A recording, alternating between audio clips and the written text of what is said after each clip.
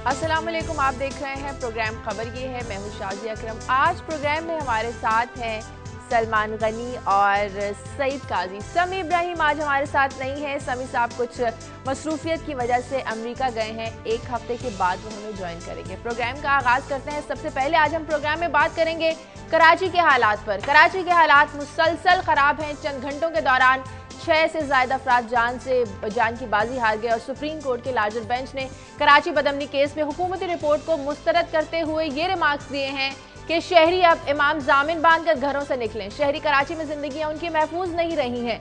जिम्मेदार इसका कौन है? सुप्रीम कोर्ट का मजीद कहना है कि अगर शहरी खौफ का शिकार हुए तो ऐसी सूरत हाल में, ऐसे हालात में शफाफ इलेक्शन कैसे मुमकिन होंगे? आज भी इस केस की समाअत होगी। बात करेंगे हमारे नुमाइंदे लियाकत राना हमारे साथ टेलीफोन लाइन पर मौजूद है। लियाकत राना, जिस तरह के कल सख्त रिमार्क्स दिए गए, जिस तरह से कल हालात की तस्वीर खींची गई, इस तरह से तो लगता है कि बेहतरी की उम्मीद ही नजर नहीं आ रही कराची में।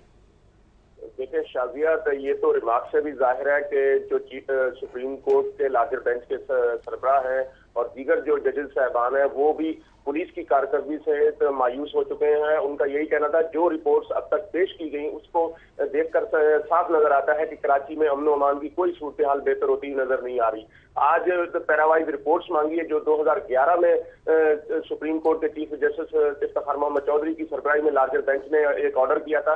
उस लार्जर बेंच के ऑर्डर पर पैरावाइज रिपोर्ट मांगी है, लेकिन जो पुलिस का ट्रैक रिकॉर्ड है उससे लगता है कि वो पैरावाइज रिपोर्ट भी सही नहीं पेश करेंगे, क्योंकि पहले भी 1 से 2 मरतबा ऐसा हो चुका है कि रिपोर्ट्स मांगेंगी लेकिन वो रिपोर्ट्स उस तरह नहीं पेश की जाती जिस तरह सुप्रीम कोर्ट ने तलब की थी। कल जो पुलिस ने एक नफरी की कमी का भी इजहार किया कि यहाँ कराची में 1000 लोगों पर सिर्फ एक पुलिस एहलकार की ड्यूटी है। तो इस सिलसिले में जब लार्जर बेंच के सरबराह ने कहा कि जब 2011 में ऑर्डर किया गया था कि पुलिस की नफरी मजीद बढ़ती की जाए, तो उसका जवाब उन्होंने ये दिया कि इलेक्शन कमीशन ने पाबंदी लगाई हुई है, जिस पर सुप्रीम कोर्ट की तरफ से ये कहा गया कि ये ऑर्डर तो 2011 का है, पाबंदी अब लगी है। तो ये बताया जाए कि इतने अरसे में क्या किया गया, जिस पर एडवोकेट जनरल सिंध की तरफ से बताया गया कि जो सुप्रीम कोर्ट या अदलिया की तरफ से अहकाम जारी किए जाते हैं, असम्बलियां उस पर कार्रवाई या उस पर कानून साजी करने की कोशिश ही नहीं करती, उसको नजरअंदाज किया जाता है। जी लेकिन अच्छा लियाकत, सॉरी इजाजत है लियाकत, अभी जो कल बात हुई 22,000 एब्सकॉन्डर तो कई किस्म के होते हैं अदालत में, अगर कोई आम आदमी भी पेश नहीं हुआ उसे, ये कौन से एब्सकॉन्डर हैं और 22,000 हैं और जिसका खास तौर पे अदालत ने भी जिक्र किया, ये किस किस्म के लोग हैं? इस बारे में आपके पास क्या इंफॉर्मेशन है? देखिए काजी साहब, पहले भी पैरोल पर जो मुल्जमान छोड़े गए थे ये भी उसी तरह के मुल्जमान हैं। अगवा बराए तावान के केसेस हैं, इन पर कत्ल के केसेस हैं, इसके अलावा मंशियात फरोशी है और पताखोरी के इल्जामात हैं। इस तरह के इल्जामात हैं। ये वो 22,535 मुल्जमान जिससे पुलिस पहले इसको डिनाई कर रही थी, लेकिन जब उनको बताया गया, पुलिस को बताया गया कि ये इस्लामाबाद में सुप्रीम कोर्ट के सामने एक रिपोर्ट पेश की गई है, तो उसके बाद यहाँ जो आईजी सिंध है पुलिस के, वो इतने लाइलम थे कि उनको ये भी नहीं पता था कि उनके पास जो कराची में इन मुल्जमान की इन्वेस्टिगेट करने के लिए तफ्तीशी अफसरान है उनकी तादाद क्या है। उन्होंने कहा मुझे इल्म नहीं है, हो सकता है कि 2000 हो, जबकि सिर्फ 169 यहाँ पूरे कराची में जो मुकदमात की पैरवी इन्वेस्टिगेट करने के लिए तफ्तीशी अफसरान है वो मौजूद है। इसी तरह का हाल ये था कि तमाम पुलिस अफसरान होमवर्क किए बगैर सुप्रीम कोर्ट जैसी अदालत में पेश हो जाते हैं और वहाँ जो उनकी सूरत होती है वो आए बाएं शाएं करते रहते हैं, लेकिन कोई मुनासिब जवाब लियाकत ये बताएं कि वहां पर हुकूमत तो मौजूद है, क्या वहां पर हुकूमती रिट भी है कराची में? देखें, वो जितनी हुकूमती रिट है सलमान गनी साहब आप मुझसे ज्यादा बेहतर जानते हैं। अगर रिट होती तो बकौल पुलिस के 2300 अफराद गुज़िश्ता साल कत्ल हुए, टारगेट किलिंग का निशाना बने। अगर ये रिट होती किसी कराची के एक भी इलाके में तो इतने लोग बेगुनाह मासूम कैसे मारे जाते, जिसका दिल करता है बाहर निकलने वाले को मार दिया जाता है। जजेस को ये अच्छा लियाकत ये बताइए, जो ये कमेंट दिया, बड़ा सिग्निफिकेंट कमेंट दिया है कि इन हालात में शफाफ इलेक्शन नहीं हो सकते, आप कैसे देखते हैं? ये एक सीरियस ऑब्जर्वेशन है कोर्ट की, इस बारे में आप क्या कहेंगे? क्या जमीनी सूरत हाल क्या है वहां पे? देखिए काजी साहब, जमीनी सूरत हाल ये है कि यहाँ इलेक्शन कमीशन के जो सरबराह हैं वो भी अपनी राय दे चुके हैं। उन्होंने भी कराची के हालात को पेश नजर रखते हुए ये राय दी है कि कराची में जो डिलिमिटेशन है वो नहीं हो सकती। तो आम लोगों में भी ये तासुर है कि शायद जो सारा सिनेरियो बन रहा है ये इलेक्शन को रोकने के लिए बन रहा है, और शायद गवर्नमेंट भी यही चाहती है कि इलेक्शन ना हो, तो 1 साल के लिए या 3 साल के लिए कोई टेक्नोक्रेट्स या दीगर कोई हुकूमत बन जाए। अच्छा, ये बताएं कि इस बात में कितनी हकीकत है जब कल केस की समाअत के दौरान कहा गया कि लोग जो है वो गवाही देने के लिए तैयार नहीं होते, मुकदमात जो है वो करवाने के लिए तैयार नहीं होते, जिसकी वजह से हम जराइम पर काबू नहीं पा सकते?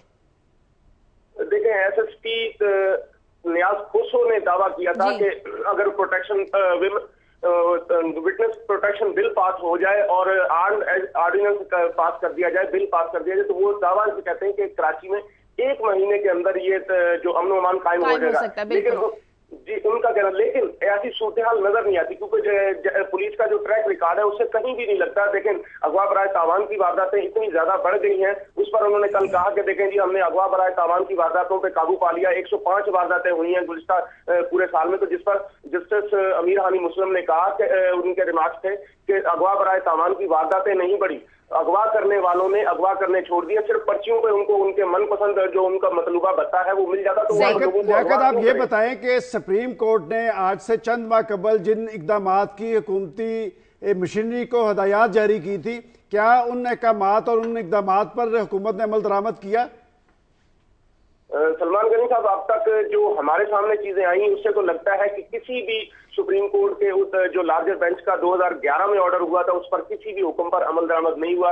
लेकिन उस पर जमीनों पर जो नाजायज कब्जे हैं उसको खत्म करने के लिए ऑर्डर किया गया था, वो खत्म नहीं हुआ। यहाँ जो बैरून मुल्क की गाड़ियां चल रही हैं या बगैर नंबर प्लेट से गाड़ियां चल रही हैं उनका तो कोई नहीं, उस पर कोई अमल नहीं हुआ। पेरोल पर जो छोड़े गए खतरनाक मुल्जिमान की गिरफ्तारी का हुक्म दिया गया था, उनको गिरफ्तार नहीं किया।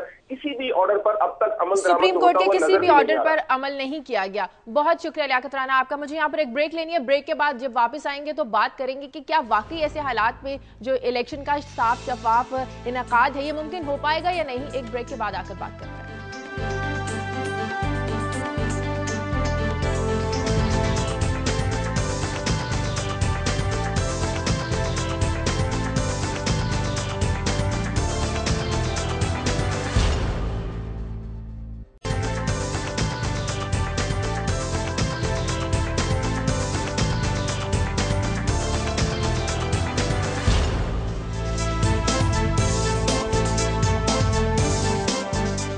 खुशामदीद। हम कराची के हालात पर बात कर रहे हैं। सलमान गनी साहब, जिस तरह के कराची के हालात हम सब मिलकर देख रहे हैं, आपको लगता है कि इलेक्शन सर पर है, इलेक्शन हो भी पाएंगे वहां पर कि नहीं?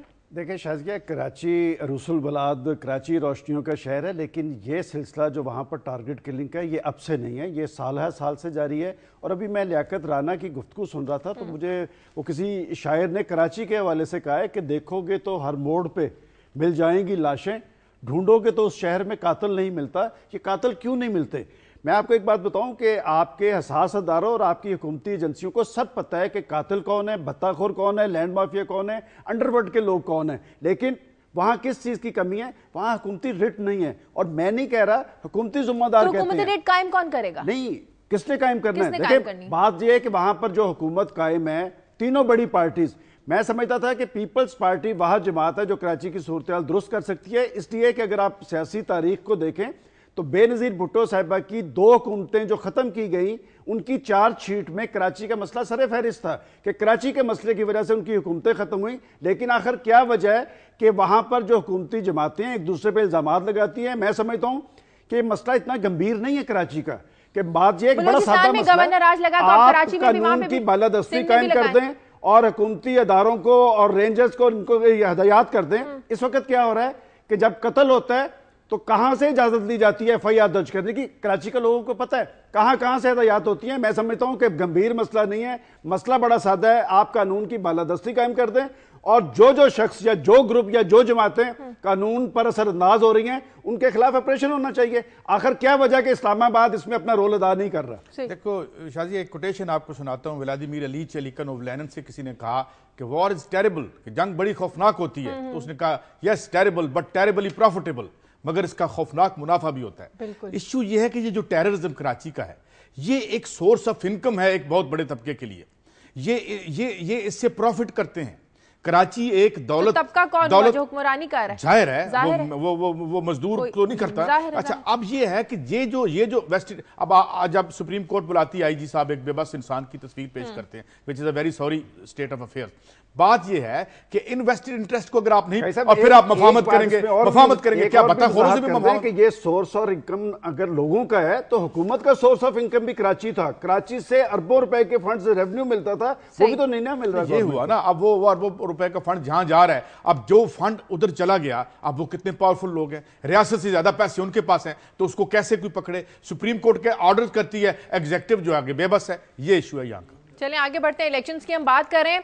अवामी तहरीक आम इंतखाबात में अब हिस्सा लेगी। डॉक्टर तारुल कादरी का कहना है कि उन्होंने इनकलाब का रास्ता हमवार किया है, तब्दीली आकर रहेगी।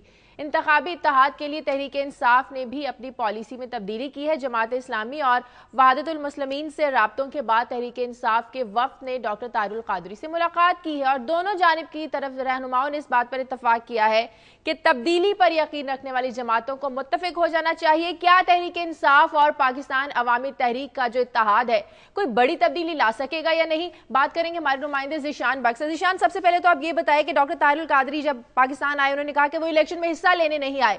अब वो क्या समझते हैं कि वो इलेक्शन में हिस्सा लेकर ऐसी कौन सी तब्दीली है जो वो ही ला सकते हैं इलेक्शन में आकर?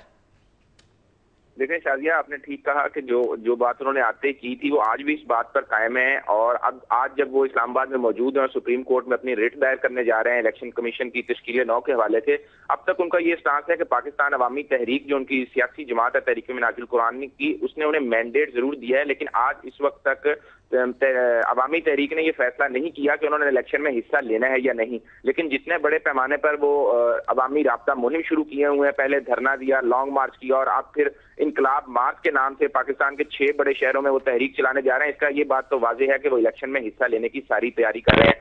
लेकिन तब्दीली की जहां तक आपने बात की, तो तब्दीली की बात मुस्लिम लीग नून भी कर रही है, तब्दीली की बात पीपल्स पार्टी भी कर रही है, दीगर जमातें भी तब्दीली का लफ्ज उन्होंने इस्तेमाल करना शुरू कर दिया। जब लेकिन निशान ये बताइए कि ये जो धरना है और जो ये अब जिला सतहों के धरने की बात की, और क्या इस लॉन्ग मार्च में जो अब कादरी साहब करेंगे इसमें शामिल होंगे?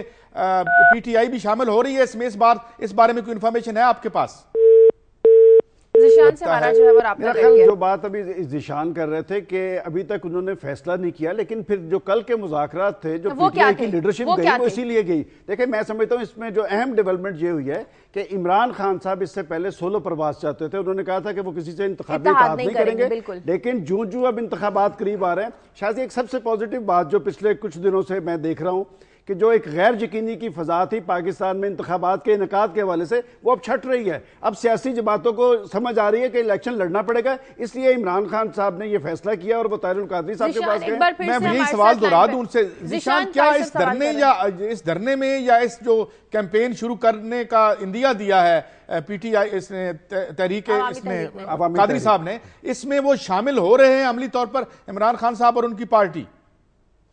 काजी साहब, हमारे जराये का तो ये कहना था कि पीटीआई की तो ख्वाहिश थी कि आप दोनों बातें मिलकर आगे बढ़ें, लेकिन कल इस हवाले से हमने जब तारुल कादरी साहब से ये सवाल भी किया कि जो इनकलाब मार्च है इसमें आपने बज़ाहिर दावत तो दी है, तो तहरीक इंसाफ इसमें बाज़ाब्ता शमूलियत इख्तियार करेगी, लेकिन उन्होंने कहा कि ये सिर्फ और सिर्फ अवामी तहरीक का प्लेटफॉर्म है और अवामी तहरीक की ये इनकलाब मार्च होंगे, इसमें फिलहाल अवामी तहरीक ही हिस्सा लेगी, किसी दूसरी जमात इसमें नहीं होगी, जिसका हमारे जराये के मुताबिक उनका मकसद ये है कि अपनी पार्टी के साथ जो राब्ता अवाम मुहिम है कई साल तक जो मुल्क से बाहर रहे, उस राब्ते को मजबूत करना। जिस तरह लॉन्ग मार्च और धरने में उन्होंने अकेले वाहिद मिनहाजुल कुरान को लिखा, ये तो डॉक्टर तारुल कादरी और उनकी जमात का मौकफ है। आप ये बताएं कि इमरान खान साहब, आपकी बड़ी गहरी नजर है तहरीक इंसाफ की सियासत पे, कि इससे पहले इमरान खान साहब ये कहते रहे कि वो सोलो प्रवास करेंगे और वो किसी से इंतखाबी इत्तेहाद नहीं करेंगे। ये बताएं कि उनकी पॉलिसी में जो तब्दीली आई है वो क्यों आई है?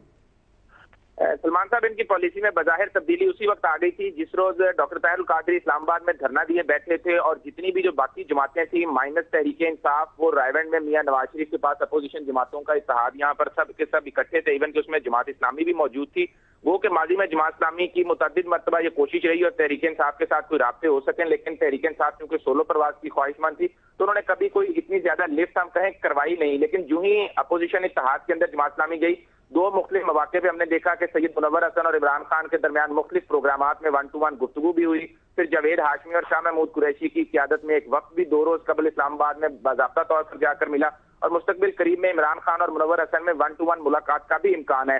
तो वो अब ये तहरीक इंसाफ को एहसास हो गया है कि उन्हें अकेले वो आइंदा इंतखाबात में नहीं जा सकते। आपने जमात इस्लामी का जिक्र किया, आप जमात इस्लामी के बीट रिपोर्टर भी हैं, ये बताएं कि जमात इस्लामी की आइंदा इंतखाबात में तरजीह पाकिस्तान मुस्लिम लीग नून होगी या तहरीक इंसाफ?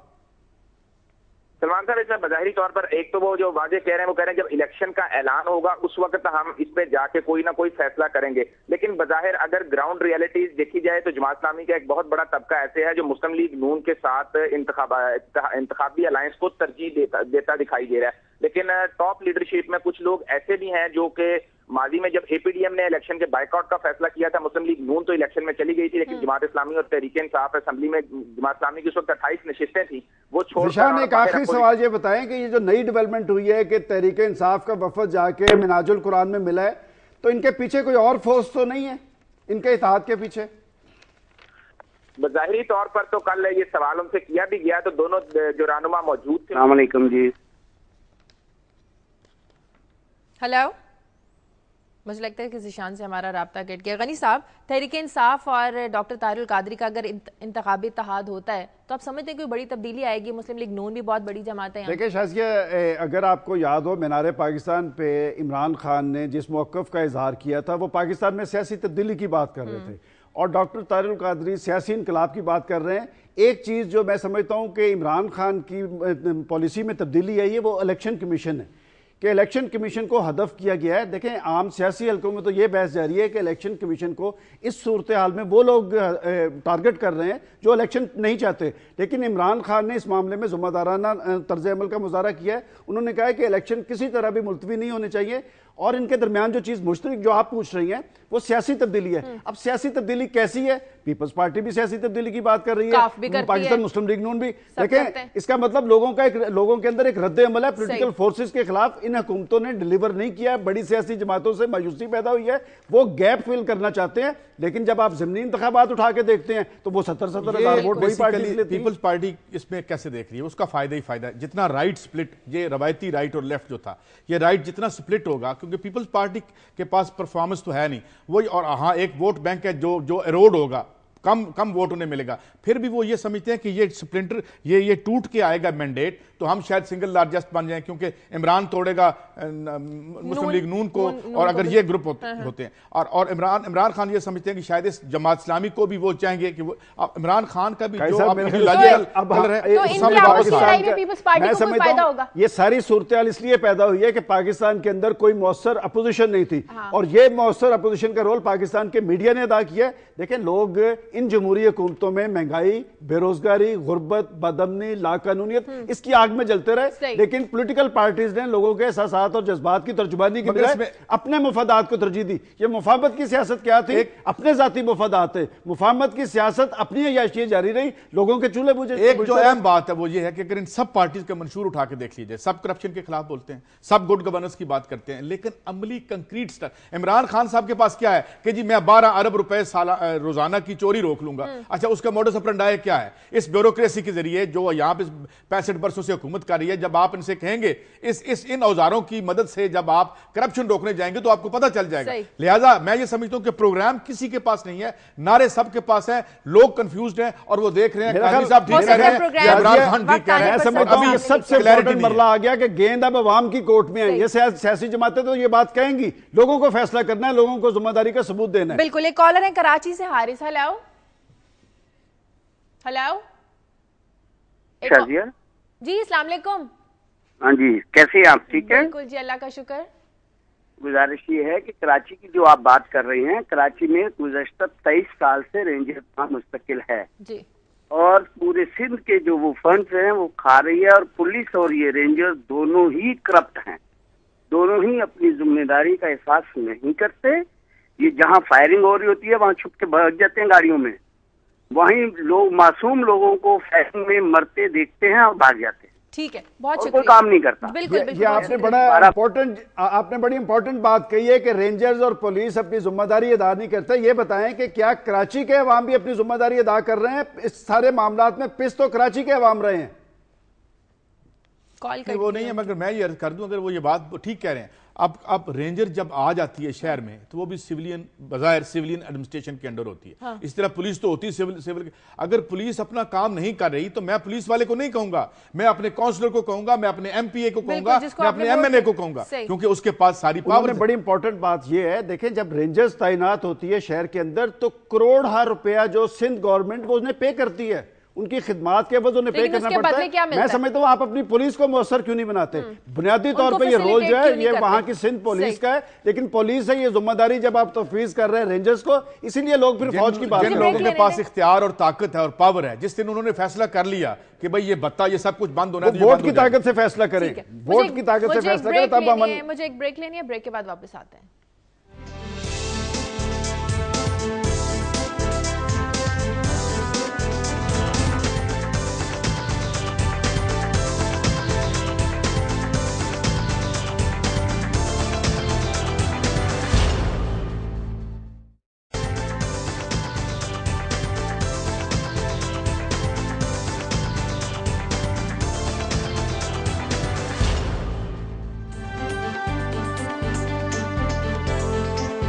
ब्रेक के बाद खुशामदीद। इलेक्शन कमीशन टैक्स नादहिंदगान अरकान असम्बली पर इंतखाबात में हिस्सा लेने पर पाबंदी लगाने पर गौर कर रहा है और जाली डिग्री वाले नाअहल करार दिए जाएंगे। उम्मीदवारों की इंक्वायरी के लिए अब FBR, स्टेट बैंक और हायर एजुकेशन से भी राब्ता कर लिया गया है। लगता तो ऐसे है कि उम्मीदवारों को जांच पड़ताल के कठिन मरहले से गुजरना पड़ेगा।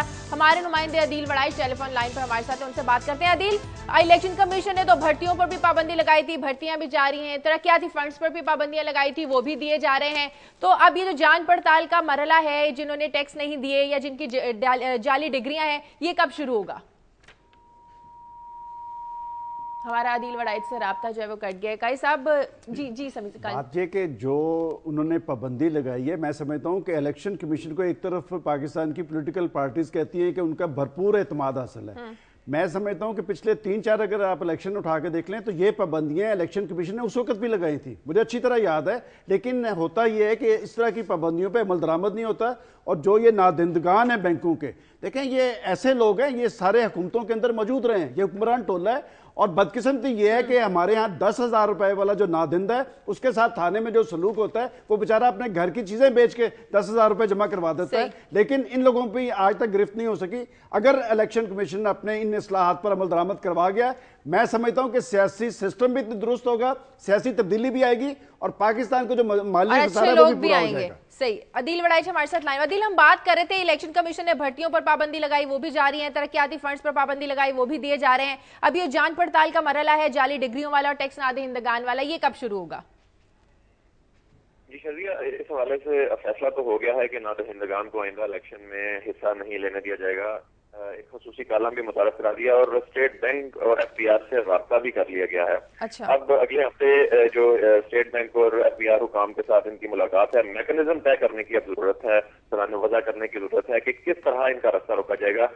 अभी जो इब्तदाई तौर पर फैसला हुआ है वो इस तरह होगा कि जब उम्मीदवार अपना कागजात नामजदगी जमा कराएगा तो उसमें उस खाने पर टिक करेगा कि वो बैंक नादहिंदा नहीं है, तो फिर वो तस्दीक के लिए जो है वो स्टेट बैंक को भेजा जाएगा। और अगर उसने टैक्स चोरी नहीं किया या किया है तो वो भी FBR को भेजा जाएगा। कोई अंदाजा है अदील कि अगर ये इम्प्लीमेंट होता है तो जो सिटिंग असेंबलियों के मेंबरान है कितने फीसद तक इसकी जद में आ सकते हैं? क्या एहतमाल है आपके ख्याल में?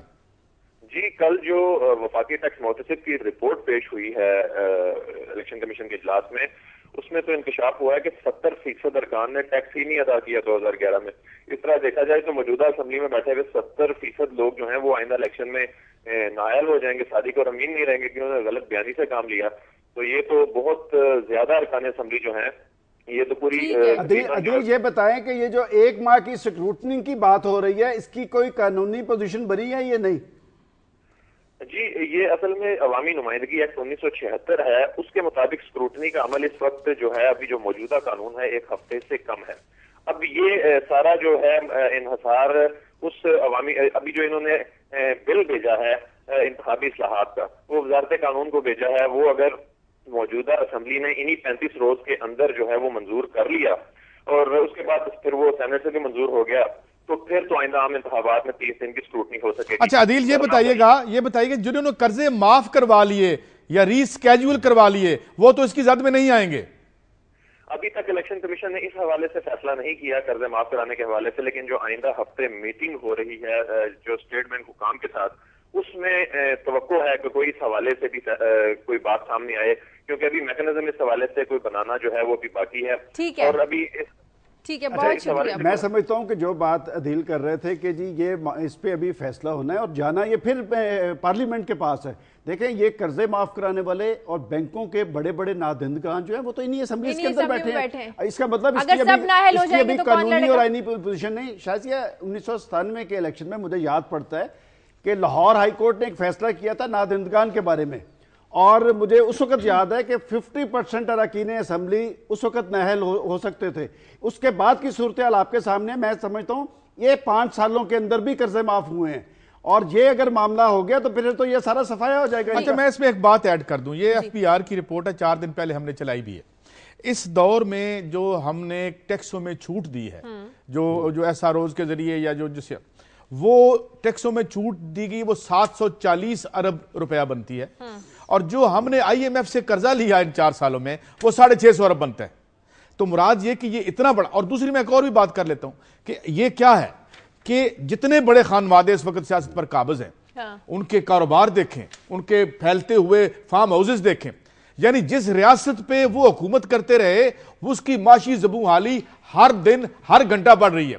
और ये जो हुक्मरान है अवाम वो जिस तरफ के, इसका मतलब ये है कि ये जो हम कहानी कर रहे हैं कोई सीरियस इंडाइटमेंट मुझे नहीं लगता कि ये सिचुएशन कर सकते हैं। ये बात 100% दुरुस्त है। देखें, बात मैं इसीलिए कह रहा था कि आप इलेक्शन कमीशन के जो फैसले हैं उन पे अमल दरामद, एक तरफ आपकी बड़ी पॉलिटिकल पार्टीज कहती हैं कि हमारा इलेक्शन कमीशन पे 100% एतमाद है, और ये फैसले अगर इन फैसलों पे आप अमल दरामद करते हैं, मैं समझता हूं पाकिस्तान का जो इक्तिसादी बहरान है वो खत्म हो जाएगा। और एक बात जो इमरान खान ने कही, मैं उससे इत्तेफाक करता हूं कि ये लोग जो सियासत में है, 7 कार्टल्स हैं इनके, चीनी का कार्टल है, जो है मुर्गी का कार्टल है, ये साथ सियासत में भी है। जब ये सियासत में है तो ये कराची वाली सूरत हाल बन जाती है। वो कैसे कि भाई जो अगर बेनिफिशियरी खुद पावर में है जैसे सुप्रीम कोर्ट कह रही है तो इनको कौन पकड़ेगा? तो मेरे ख्याल में ये कॉस्मेटिक किस्म की चेंजेस होंगी या कोई रियल चेंजेस होगी, ये देखने का बड़ा सवालिया निशान है। कमीशन का तो काम फैसला सुनाना ना, नहीं तो फैसला देखे, बात तो फिर वही हो गई कि जैसे पाकिस्तान की अदालतें फैसले सुना रही हैं, फैसलों पर अमल दरामद नहीं होता।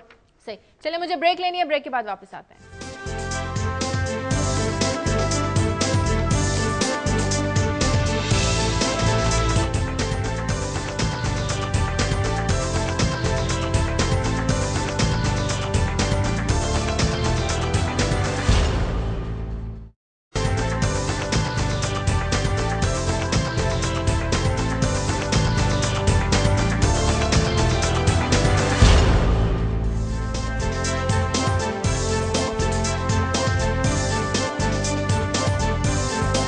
ब्रेक के बाद खुशामदीद। गनी साहब, भर्तियों के बारे में आप कुछ इन्फॉर्मेशन देना चाह रहे हैं? शायद अभी बात कर रहे थे इलेक्शन कमीशन की, मैं इसीलिए कह रहा था कि उनके अहकामात पे अमल दरामद होना चाहिए। ये मेरे पास नोटिफिकेशन है कि सिंध के एक डिपार्टमेंट में 28 जनवरी को 37 से इंफॉर्मेशन ऑफिसर भर्ती किए हैं इन्होंने अंदर खाने, और उन्होंने बेसिक क्वालिफिकेशन पूरी नहीं की। उसके लिए बेसिक क्वालिफिकेशन इंफॉर्मेशन ऑफिसर के लिए MA मास कम्युनिकेशन है, और उसमें एक भी MA मास कम्युनिकेशन नहीं।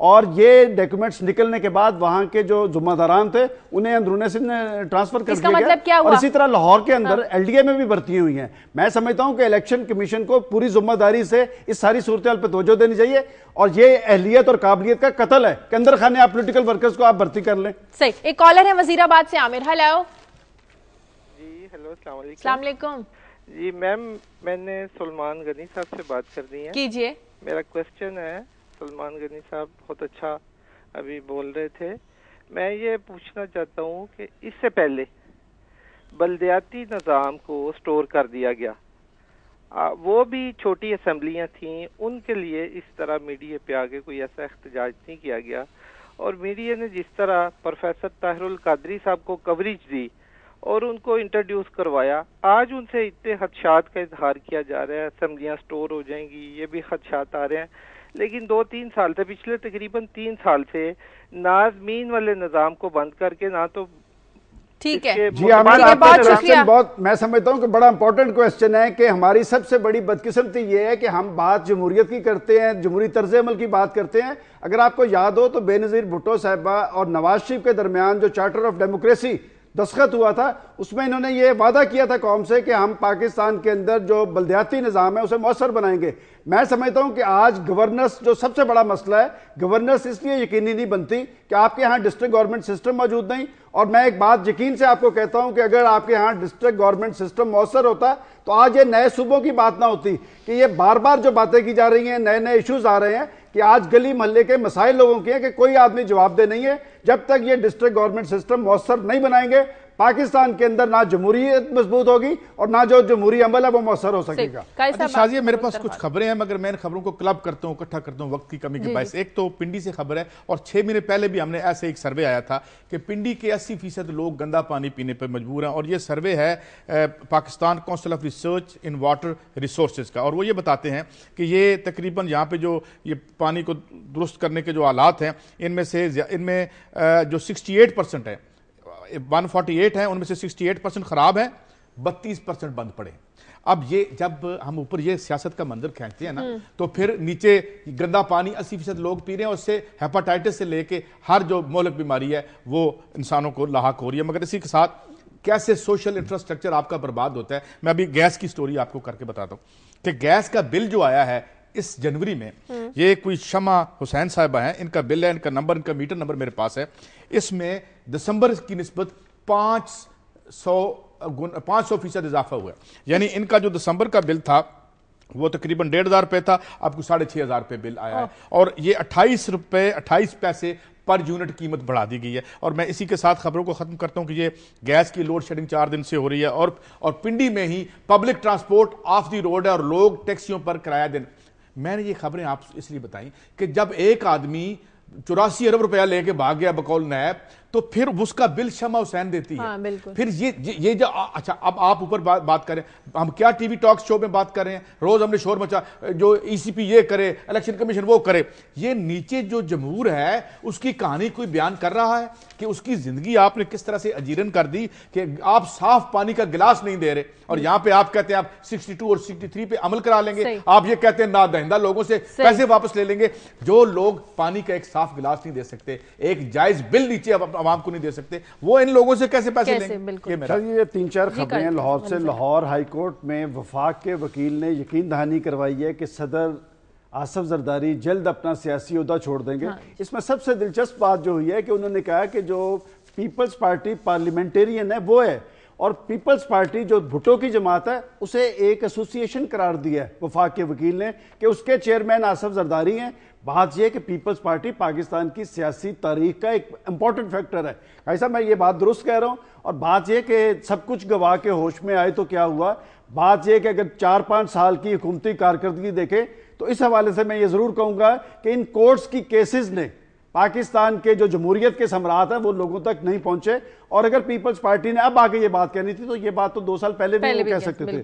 दूसरा, कल नवाज शरीफ साहब उम्रे से वापस आए हैं, उन्होंने अपने पार्टी के खासतौर पे अपोजिशन लीडर चौधरी निसार साहब कल रायविंड आए हुए थे और उन्होंने ब्रीफ किया कि जो पाकिस्तान के अंदर एक अफवाहों का सिलसिला शुरू है कि जी 2 साल की या 3 साल की केयर टेकर सेटअप और इंतखाबात मुलतवी हो रहे हैं, उन्होंने बिल्कुल दुरुस्त स्टांस लिया है कि हमने पाकिस्तान के अंदर इंतखाबी माहौल तारी करना है, तमाम तबकात से राब्ते करने हैं और पॉलिटिकल फोर्सेस से। बिलाखिर आप देखें कि वो सारे इस बात पे इकट्ठे हैं कि रायविंड में भी जो इजलास किया था एक एलानिया जारी हुआ था और उसमें जमात इस्लामी जैसी जमात भी मौजूद है जो सख्त रिजर्वेशन का इजहार करती रही है। नवाज शरीफ साहब के हवाले से पीर पगाड़ा भी वहां पर उनकी पार्टी के जुम्मेदारान भी मौजूद थे कि पाकिस्तान में जारी और सारी जमहूरी अमल को सबूताज नहीं होने देंगे। और मैं समझता हूं कि ये पॉलिटिकल पार्टीज की जिम्मेदारी है और अगर इस मरहले पे इंतखाबात मुलतवी होते हैं तो फिर शायद दोबारा। लेकिन कुछ कुव्वतें हैं जो इंतखाबात मुलतवी करवाना चाहती हैं। देखिए ये फोर्सेज हैं, लेकिन मैं आपको एक बात बताऊं कि वो फोर्सेस इस तरह की हैं, साफ छुपते भी नहीं, सामने आते भी नहीं। बात यह कि वो कभी इलेक्शन कमीशन को टारगेट करते हैं, कभी किसी को टारगेट करते हैं,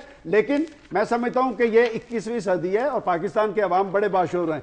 एक और खबर जो है कि आपके सर्विसेज हॉस्पिटल के बाहर आपके डॉक्टर्स जो है भूख हड़ताल करके पड़े हुए हैं। मैं समझता हूं कि शहबाज शरीफ साहब को और उनके जो पार्लिमानी सेक्रेटरी हैं ख्वाजा सलमान रफीक साहब को उनसे जाके मुज़ाकरात करने चाहिए। इसमें कोई शक नहीं कि एक एलिमेंट ने डॉक्टर बरादरी को बदनाम किया है। ये जो गुजरांवाले वाला केस है 100% लोगों ने उसकी मजम्मत की है, लेकिन बहसियत मजमूई सारी डॉक्टर बरादरी को टारगेट नहीं होना चाहिए। शाजी ये जो बात उन्होंने की बहुत दुरुस्त बात की, मगर मैंने जो थोड़ी देर पहले कहा था, ठीक है इलेक्शन जाहिर है, अब जो पॉलिटिकल एलीट है वो तो यही चाहती है इलेक्शन मुलतवी ना हो, क्योंकि अब जो है वो जमाना तो गुजर गया जब मार्शल लॉ के जरिए ये आया करते थे। अब नहीं है जान, अब वो माहौल नहीं है, वो दुनिया नहीं है, फौज में भी शायद वो हालात हो रहे हैं। मगर बात ये है कि ये जो चोर दरवाजे इस कौम के खजाने को लगे हुए हैं और वो सिविलियन एलीट ने लगाए हुए हैं, उन्होंने हम ये नहीं कहते कि उन्होंने नहीं लगाए। इस पे अवाम क्या सोचें, अवाम क्या सोचें जो पॉलिटिकल, अब कराची में पॉलिटिकल, कराची में इलेक्शन हुए थे ना, कराची में इस वक्त आपके इलेक्टेड नुमाइंदे हैं ना, तो फिर अवाम की जेब कौन काट रहा है? तो अवाम को हालात का पता चल गया ना, अब की बार देखेंगे। जब तक लोग अपना रोल नहीं अदा करेंगे, लोग क्या रोल अदा करें? लोग तो वोट ही डाल सकते हैं ना। जिस दिन लोगों ने रोल अदा कर दिया फिर ये फार्म हाउस सलामत नहीं रहेंगे। मगर मैं आपको ये कहता हूं कि ये क्या, किस बुनियाद पे ये कहते हैं कि फौज वाले, ठीक है फौज बाहर है आइन पे, मगर आपने क्या किया? अगर 83% लोग इस मुल्क में, ये अभी इन्होंने बात की कि डॉक्टर्स बाहर बैठे हैं, वो क्या मुतालबा करें? लोगों को मुफ्त इलाज दें, ये गलत मुतालबा है। 83% लोग इस मुल्क में नॉन साइंटिफिक मेडिसिन ले रहे हैं। क्या किसी हुक्मरान ने कभी सोचा कभी उनके बच्चों को वो सूरत हाल दरपेश हो कि उनको इलाज मौजूद हो? लेकिन ये मुतालबा उनका बिल्कुल अचानक आया गुजरांवाला वाकये के बाद। पहले तो ऐसा मुतालबा नहीं। 18 करोड़ आवाम को बैठ के सोचना चाहिए कि पिछले 5 साल में सबसे ज्यादा इस्तेहसाल जो हुआ है गरीब आदमी का हुआ है। गरीब आदमी का चूल्हा बुझा है, उनके दिल जल रहे थे, वो बैठ के कुड़ रहे थे। अब आए ना वो फैसला करें, दुरुस्त लीडरशिप जिस दिन ले आएंगे पाकिस्तान, कोई एक ऐसा मंशूर अभी तक सामने नहीं आया इन पार्टीज का जिसमें आपने खुद ही कहा था। मुझे प्रोग्राम का वक्त भी खत्म हो रहा है। एक आखिरी खबर है, वो अहम खबर डिस्कस करनी है आपसे, वो ये है कि गवादर पोर्ट चीन के हवाले करने का मुआहदा आज किया जाएगा। भारत ने मुआहदे पर तहफ़्फ़ुज़ात का इज़हार करते हुए एहतजाज किया है। भारतीय वज़ीर दिफा ये कहते हैं कि उन्हें इस फैसले से तशवीश है। क्यों तशवीश है भारत को? बात करेंगे हमारे नुमाइंदे मोहम्मद इमरान से। इमरान, भारत क्यों वावेला मचा रहा है? बुनियादी तौर पर गवादर पोर्ट जो चीन के पास जा रही है उसमें डिफेंस और डिफेंस स्ट्रेटेजी के हवाले से बड़ी अहमियत है। इस हवाले से जो भारत की लाइफ लाइन है वो वहां से गुजरती है और पहली मरतबा ऐसा होगा कि अरेबियन सी के अंदर चाइनीज नेवी की प्रेजेंस होगी। इसके साथ साथ पाकिस्तान की और चीन की जो बातचीत चल रही है न्यूक्लियर सबमरीन लेने के हवाले से, जिसमें टेक्नोलॉजी और मुस्तकबिल में जहाँ पे मुआहदा होना है वो 4 सबमरीन भी इसी एरिया के अंदर स्टेशन होनी है। तो इस हवाले से भारत की जो नुक्ता नजर है, जो स्ट्रेटेजिक पोजीशन है इस वक्त, वो बड़ी वल्नरेबल होगी अगर चाइना और पाकिस्तान यहाँ पर जो आगे जाके जो फ्यूचर प्लान है उसको मुकम्मल तौर पर इम्प्लीमेंट कर लेते हैं। और ये अमेरिकन के लिए भी उतना ही वो मामला जो है वो उनके लिए भी तशवीश का बायस है, क्योंकि चाइनीज की अरेबियन सी के अंदर मौजूदगी, चूंकि चाइनीज चाइना सी के अंदर भी नेवी उनकी इस तरह कभी भी मौजूद नहीं रही। तो जब यहाँ वो नेवी आएगी और उनकी फुल स्ट्रेंथ के साथ आएंगे तो एक तो उनकी अपनी लाइफ लाइन सिक्योर होनी है, और फिर दूसरा ये है कि मुस्तकबिल में आगे जाके इंडिया के लिए और उनकी लाइफ लाइन के लिए अगर कोई मामला गड़बड़ होते हैं तो पाकिस्तान नेवी जो है वो आसानी से इंडियन लाइफ लाइन जो है वो कट कर। ठीक है, बहुत शुक्रिया मोहम्मद इमरान आपका। कैसा बात ये इसमें ये यहाँ पे जंगें दो किस्म की, जैसे हम पहले भी अर्ज करते रहते हैं। एक तो चाइना और अमेरिका की प्रॉक्सी वॉर थी यहाँ पे और उसमें रस्साकशी थी। अब सिंगापुर को वापस भेज दिया इन्होंने और चाइना की एक कंपनी को ठेका दे दिया, और जाहिर है अब चाइना का इन्फ्लुएंस इस एरिया में बढ़ रहा है। और ये अब जो ये जो इंडिया ने वॉइस किया अपना कंसर्न, बेसिकली इसने अमेरिका का कंसर्न वॉइस किया है, और जाहिर है मगर इसमें आने वाले, और हमारे पास डिफेंस ये है, जैसे हम कह रहे हैं कि जी हमने चाइना को नहीं दिया, चाइना की एक कंपनी को दिया। बहरहाल ये आने वाला ये इंपॉर्टेंट रूट है, मगर बात असल क्या है कि जो बलूचिस्तान के अवाम है, क्या कभी हम उन्हें कोई रिलीफ दे सकेंगे? वहां पे और प्रॉक्सी वार जो वहां ईरान की और सऊदी अरब की भी चल रही है, क्या इससे वो बेनिफिशरी अवाम होंगे या नहीं, ये एक बहुत बड़ा सवाल है और अभी लंबी कहानी है, देखते हैं कहां तक चलती है। देखिए ये इन्होंने बिल्कुल दुरुस्त कहा है कि अब अमेरिका जो मूव करता है इस एरिया में वो इंडिया के जरिए करता है। इंडिया को तशवीश क्यों हुई है? देखें इन्होंने ये बात भी दुरुस्त की है कि बलूचिस्तान के अवाम को जब तक आप खुशहाल नहीं करेंगे वहां पर एक रद्देमल मौजूद रहेगा। आप कितने भी मनसूबे लगा लें, उस मनसूबों के असरात जो है वहां के लोगों पे आने चाहिए। और खास तौर पे मैं कहूंगा कि सुई गैस की हम बात कर रहे हैं, एक बड़ा बहरान है। सबसे ज्यादा अगर सुई गैस का मुस्तहिक हैं वो बलूचिस्तान के अपने ही नहीं हुए और इसीलिए वहां पर एक अनारकी की सूरत है। बहुत शुक्रिया आपका। प्रोग्राम का वक्त खत्म हो गया, इजाजत दीजिए, कल तक के लिए अल्लाह हाफ़िज़।